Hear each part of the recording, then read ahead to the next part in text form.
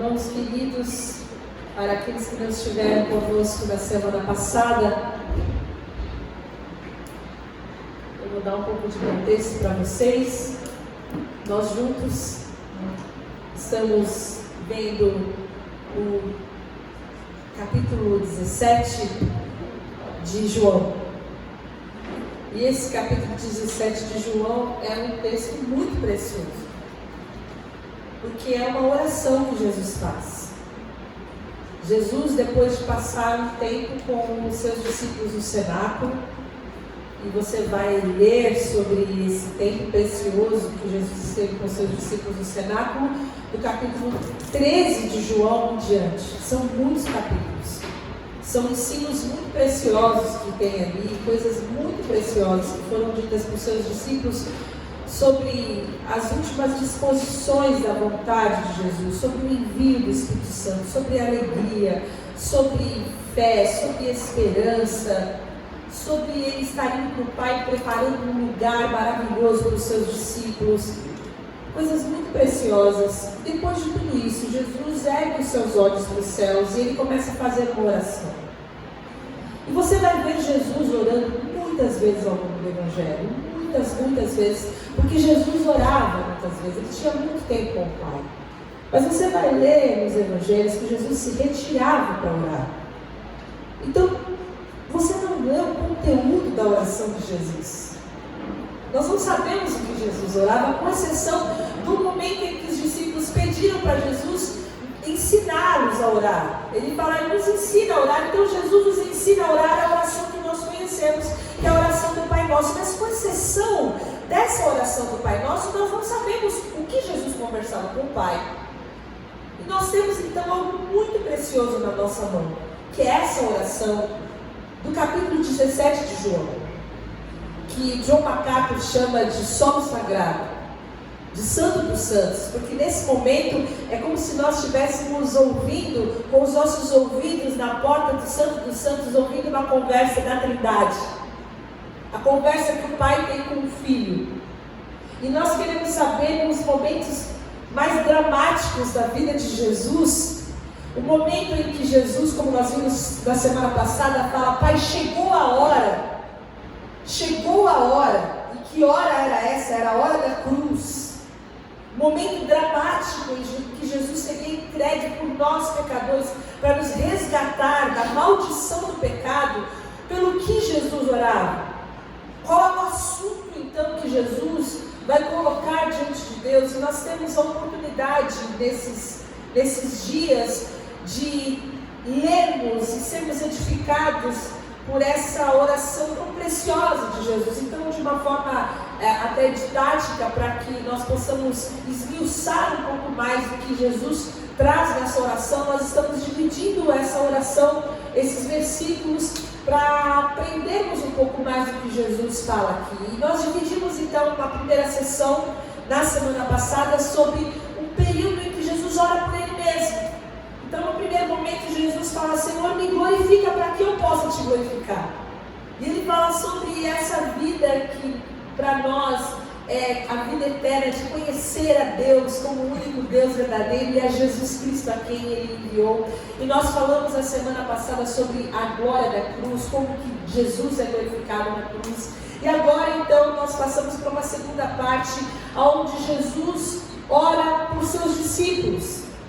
E nesse momento, quando Jesus ora por seus discípulos, nós podemos responder 3 perguntas: por quem Jesus ora, qual é a razão pela qual ele ora e quais são esses pedidos que ele apresenta diante do Pai.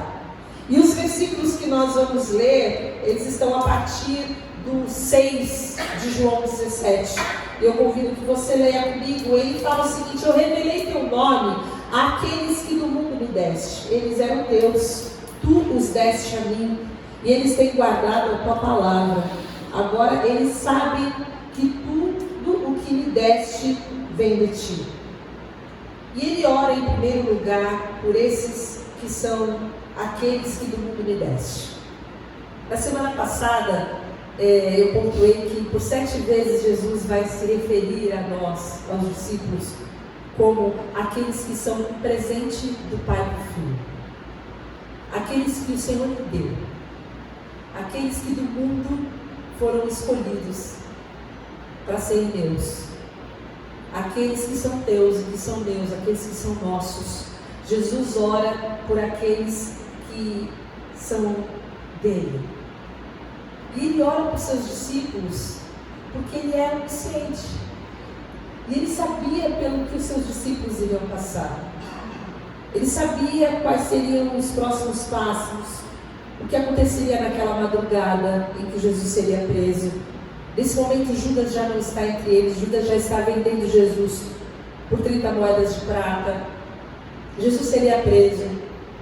Pedro iria sacar uma espada para tentar cortar a cabeça do mal, que errar, ia conseguir arrancar só uma orelha. A gente sabe que eles iriam se esconder, eles iam ter muito medo. Nos próximos anos eles seriam perseguidos, eles iriam morrer por mártir. E Jesus então faz algumas orações ali, nós vamos ver os pedidos que Jesus faz para os seus discípulos. E Jesus ora por eles. Eu acho lindo que ele começa a falar: eu revelei o teu nome a esses que você me deu, pois eu lhes transmiti a palavra que me deste, e eles aceitaram, e eles reconheceram que de fato vim de ti, e creram que me enviaste. Então eu rogo por eles. E ele começa a dizer: eu revelei o teu nome. E nós terminamos o nosso louvor falando desse nome maravilhoso. Nós falamos o nome. E hoje para nós o nome é uma identidade, é uma identificação. Quando você fala do nome de alguém, você está se referindo à pessoa. Mas o nome na palavra, ele carrega muito mais do que isso, ele carrega caráter. Quando você falava do nome, você falava da soma dos atributos. Você vê isso em alguns versículos, como Salmos 9, 10, quando fala: os que conhecem o teu nome confiam em ti, pois tu, Senhor, jamais abandona os que te buscam. O salmista está falando: os que conhecem o teu caráter, os que conhecem quem você é, Deus, confiam em ti. Num outro versículo, o salmista fala: os que confiam, alguns confiam em carros, outros em cavalos, mas nós confiamos no nome do Senhor. Quer dizer, nós confiamos no caráter, nos atributos, na pessoa, no poder do Senhor. Então, nome, quando fala em nome, dessa expressão, está falando do caráter, da potencialidade do Senhor. E Jesus fala: eu revelei o teu nome, eu revelei a tua pessoa, eu revelei o teu caráter para eles, eu revelei quem o Senhor é. De certa forma, quando Jesus falava: quem vê a mim vê ao Pai, é porque em Jesus abrigava toda a plenitude do Pai. Mas há algo muito fascinante aqui também sobre o nome. Se você conhece um pouco da história, você vai saber que ninguém sabia o nome de Deus. Apenas Moisés sabia o nome de Deus. Havia muito temor na pronúncia do nome de Deus, de forma que eles usavam um tetragrama para a expressão do nome de Deus, que foi traduzido em Yahvé, e depois chegou para nós como Jeová. Mas somente Moisés tinha ouvido Deus falar: eu sou o que eu sou, eu sou. Mas Jesus, quando tabernaculou entre nós, algumas vezes, ele falou: eu sou. E aqueles discípulos e aquelas pessoas que estavam com Jesus ouviram da boca do próprio Jesus a palavra eu sou.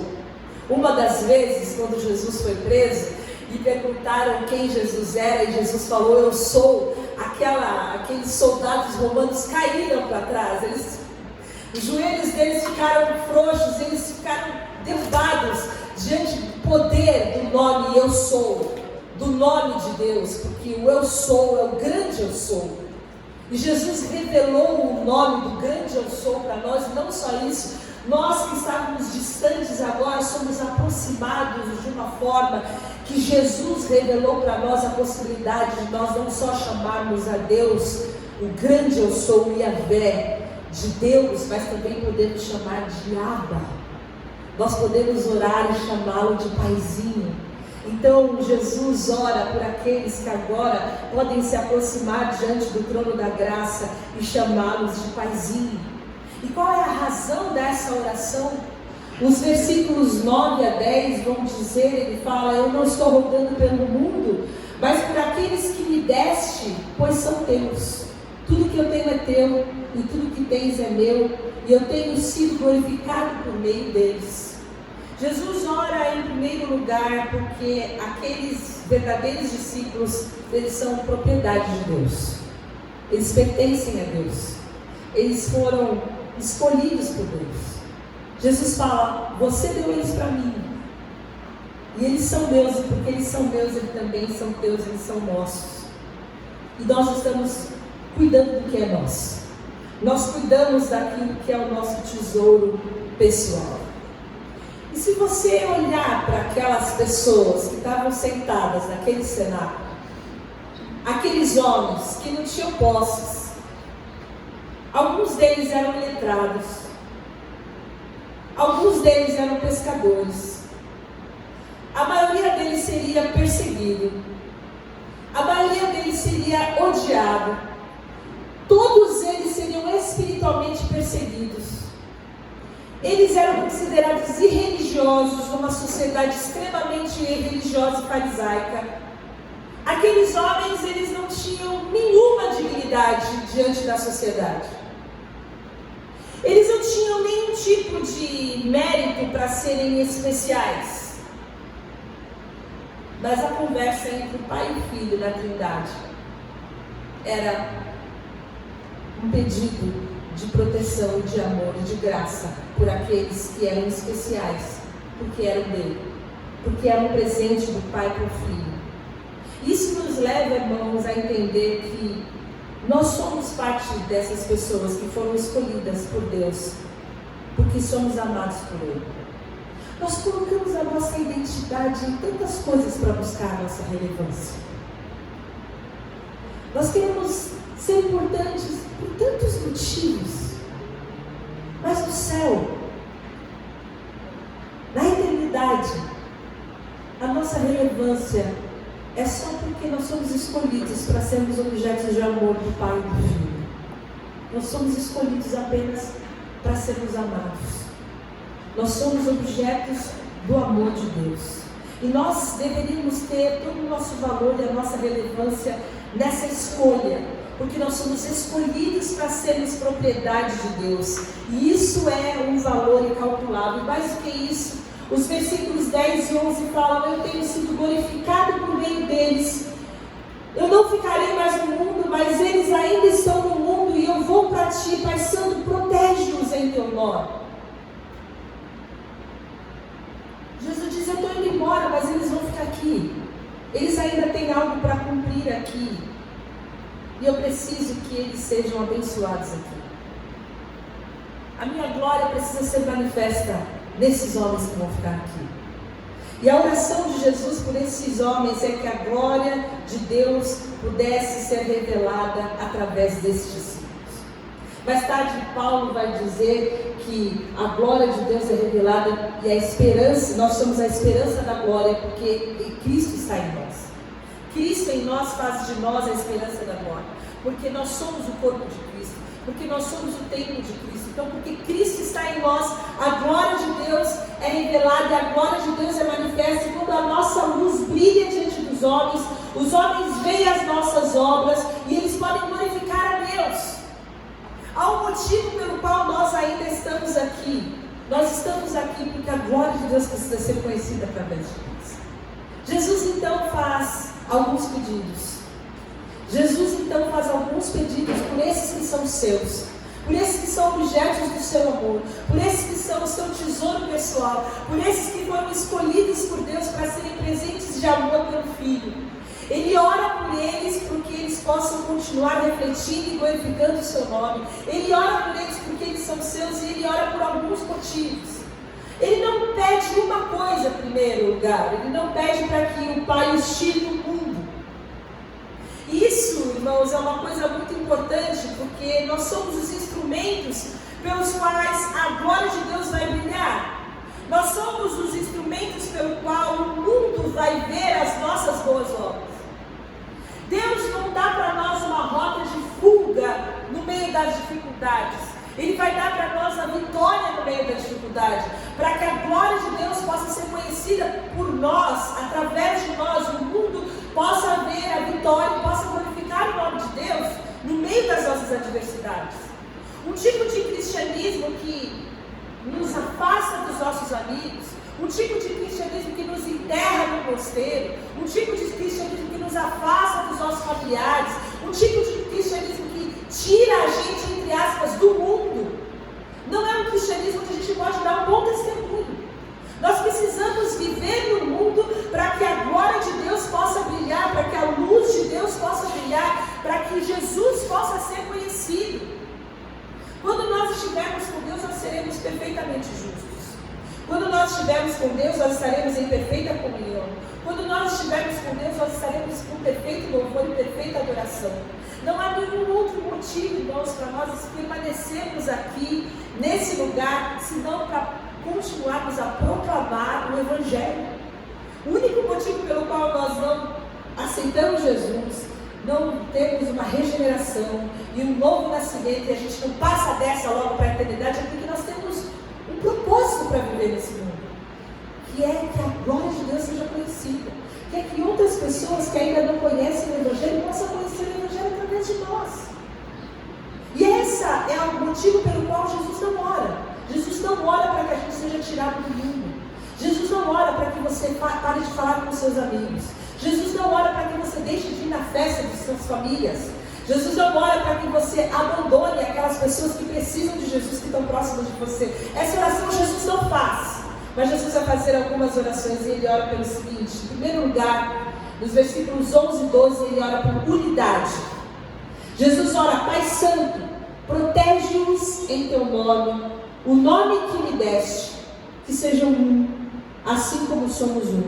Enquanto estavam com eles, eu os protegi e os guardei pelo nome que me deste. Nós vamos falar um pouco mais sobre essa unidade, mas a oração que Jesus faz por esses discípulos, em primeiro lugar, é que esses 11 sejam um só. Ele ora para que esses 11 um dia sejam uma igreja. E isso acontece mais tarde no Pentecoste, quando o Espírito Santo vem sobre eles. O Espírito Santo habita cada cristão, sela, nos insere num só corpo, que é a igreja, nos faz uma unidade, um templo, pedras vivas, nos faz o corpo de Cristo. De forma que, apesar de nós sermos muitos, nós somos membros uns dos outros, nós somos um só corpo em Cristo Jesus. Jesus, de uma imensa diversidade, faz um só. Essa é a primeira oração que Jesus faz, para que, através da multiplicidade da graça, haja uma só família, um só corpo, uma só identidade do cristão, que é a igreja de Jesus. A cruz gerou uma só família, que é a igreja de Jesus. A primeira oração que Jesus faz para os seus discípulos é que eles se tornem a igreja, uma unidade, que eles sejam um. Apesar de nós termos muitas placas, quando Jesus vier, só uma igreja vai subir. Não vai ter placa. Não vai ter os batistas, os presbiterianos, não vai ter os pentecostais, os neopentecostais, vai ser só os que creem que vão subir e os que não creem que não vão subir. Um só povo. Outra oração que Jesus faz é por alegria. Eu vou para ti, mas digo essas coisas enquanto ainda estou no mundo, para que eles tenham a plenitude da minha alegria. E por que esses discípulos precisam de alegria? Porque eles vão enfrentar muita tristeza nos próximos dias. Eles vão enfrentar a morte de Jesus, a ausência de Jesus. Eles vão enfrentar desesperança, porque por algum motivo eles vão se esquecer de tudo que Jesus disse nos últimos 3 anos. Eles vão se esquecer que Jesus iria ressuscitar no terceiro dia. E mesmo depois de Jesus ressurreto, eles iriam ser perseguidos. E eles iriam sofrer por causa do Evangelho. E nós sabemos que esses homens cheios do Espírito Santo, eles pregaram com uma alegria e uma intrepidez tremenda. E essa oração de Jesus foi respondida. porque o Espírito Santo encheu-os com uma alegria indizível. E eles levaram a alegria do Evangelho por todo lugar que eles passaram. De forma que o Evangelho de Jesus foi difundido de uma maneira sobrenatural por esses discípulos aqui. Essa oração é a oração da alegria. Jesus ora por proteção. Eu dei-lhes a tua palavra e o mundo os odiou, pois eles não são do mundo, como eu também não sou. Não rogo que os tire do mundo, mas que os proteja do maligno. Jesus começa dizendo uma coisa para o Pai: eu dei-lhes a tua palavra e o mundo os odiou, pois eles não são do mundo e eu também não sou. Na semana passada nós falamos sobre Jesus ser santo, e Jesus está em outra prateleira, vocês se lembram? E aqui Jesus está falando: eu estou em outra prateleira e eles também estão. Eu sou a videira verdadeira e eles são os ramos. Eles não são do mundo. Eles têm a tua palavra. E eles têm uma oposição. Irmãos, nós precisamos entender que nós sofremos uma oposição. E essa oposição que nós sofremos é do maligno. E aqui Jesus ora por seus discípulos, que sofrerão uma oposição do maligno, para que sejam protegidos, porque há uma coisa que o diabo não irá se cansar, é de tentar arrebatar aqueles que estão nas mãos de Jesus. É de tentar roubar das mãos de Jesus aqueles que foram presentes de amor do Pai para o Filho. É de tentar roubar a sua fé. O diabo não vai se cansar de lançar dúvidas na sua mente. O diabo não vai deixar de tentar lançar dúvidas sobre o amor de Deus na sua mente. Não vai deixar de te tentar, de oferecer propostas para que você peque. O diabo vai continuar inclinando a sua mente para que você se sinta menor, para que você se sinta indigno, para que você não se sinta merecedor da graça de Deus. O diabo vai tentar continuar prendendo você no pecado. O diabo vai tentar insistentemente mostrar que o mundo é muito mais colorido, muito mais divertido do que viver a amplitude do reino de Deus, da graça de Deus, da riqueza da glória de Deus, porque é isso que ele faz. E aqui Jesus olha para seus discípulos e fala: Pai, protege-os. Você vai ver que em algum momento Jesus também ora por Pedro. Jesus fala para Pedro: olha, Satanás está querendo enjoeirar você como trigo, mas eu orei por você. E é isso que Satanás quer fazer conosco, irmãos: destruir a nossa vida, destruir a nossa mente, destruir o nosso coração, destruir a nossa família, destruir o nosso trabalho, destruir a nossa reputação, nos destruir. E Jesus ora: protejam-os do maligno. Eles estão no mundo, mas eles não são do mundo. Eles não podem se corromper, porque eles não são daqui. Eles não podem viver como o mundo. Isso quer dizer, meu irmão, que se você está vivendo como o mundo, você está vivendo como o maligno quer que você viva. E é por isso que Jesus está orando por você, para que você não viva como o maligno quer que você viva, porque viver como o mundo é viver em outra prateleira. Porque Jesus está falando: eu não sou do mundo, mas eles também não são. Eles não devem viver como todo mundo vive. Protege-os, Pai. Protege-os. Por último, Jesus ora para que eles sejam santificados. Eles não são do mundo, como eu também não sou. Santifica-os na verdade. A tua palavra é a verdade. A única forma de sermos santificados é a palavra de Deus. Eu sou santo, eu sou separado, e eles também são. Torna-os santos e separados pela tua palavra.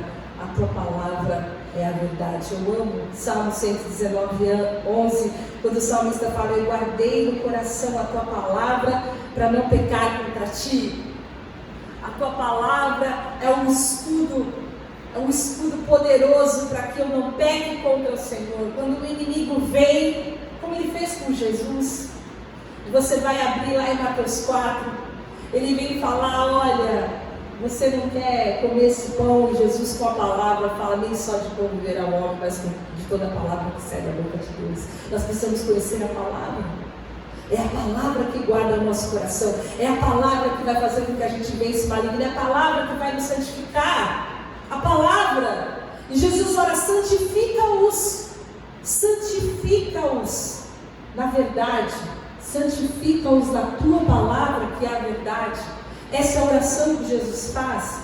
Jesus faz oração por unidade, Jesus faz oração por alegria, Jesus faz oração por santidade. Pai, dá-nos uma unidade consistente, faz deles um só, separados para o mundo, não deixe que eles se misturem, dá a eles uma alegria plena do conhecimento do meu amor, para que eles possam entender que são protegidos do mal e das suas forças, santificados pela tua palavra, guarda-os. Protege-os pela tua palavra, para que eles não sejam do mundo, mas para que eles sejam santos, como eu sou santo.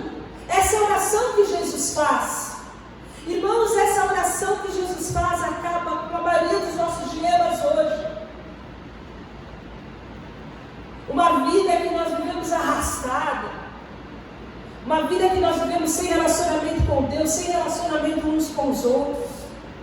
Nós não somos um com Deus, nem somos uns com os outros. Vivemos uma vida de tristeza, vivemos uma vida sem expectativa da glória de Deus, vivemos uma vida sem dinamismo, uma vida sem contemplação, vivemos uma vida sem unidade com Cristo, uma vida onde não nos sentimos sós, onde não entendemos essa alegria, sempre metralhados, sempre vencidos por todas as propostas inúteis de pecado do diabo, sempre vivendo uma vida de perdão e perdão e perdão e perdão, onde a gente não avança, onde a gente não resiste o diabo. A nossa vida não vai para frente, a gente não muda de prateleira, a gente não vive a santidade pela palavra, não vive a santidade pela verdade, porque a gente não conhece a palavra, porque a gente não ama a palavra. A oração de Jesus resolveria os nossos dilemas, resolveria e nos levaria para um outro patamar. E essa oração pelos discípulos é a oração que Jesus faz para nós hoje. Santifica-os na verdade, a tua palavra é a verdade, protege-os do mal, não os tire do mundo, mas protege-os do mal, dá alegria para eles, que eles sejam um, Senhor, assim como nós somos um. Irmão, Jesus fez tudo o que Ele podia fazer por nós na cruz. Mas Ele é o perfeito sumo sacerdote. Ele continua intercedendo por nós. A obra da cruz, a salvação, é só o começo. É só o início da nossa caminhada com Deus. Existe mais do que o Espírito Santo tem para gerar nas nossas vidas. Existe mais. Existe mais para nós avançarmos. Quando nós chegamos, como hoje na mesa, e nós entendemos todo o sacrifício que Jesus fez na cruz, nós entendemos tudo o que custou para Jesus na cruz, nós entendemos todo o desfecho do que aconteceu naquela cruz, o peso que Jesus carregou pelos nossos pecados, todo o amor que envolveu a cruz do Calvário. Nós podemos ter um comprometimento com o Senhor, um comprometimento com a oração que Jesus fez, um comprometimento com a salvação que nós estamos envolvidos.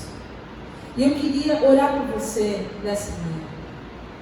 Se você precisa de alegria, para que o Espírito Santo te derrame alegria, porque o fruto do Espírito é alegria.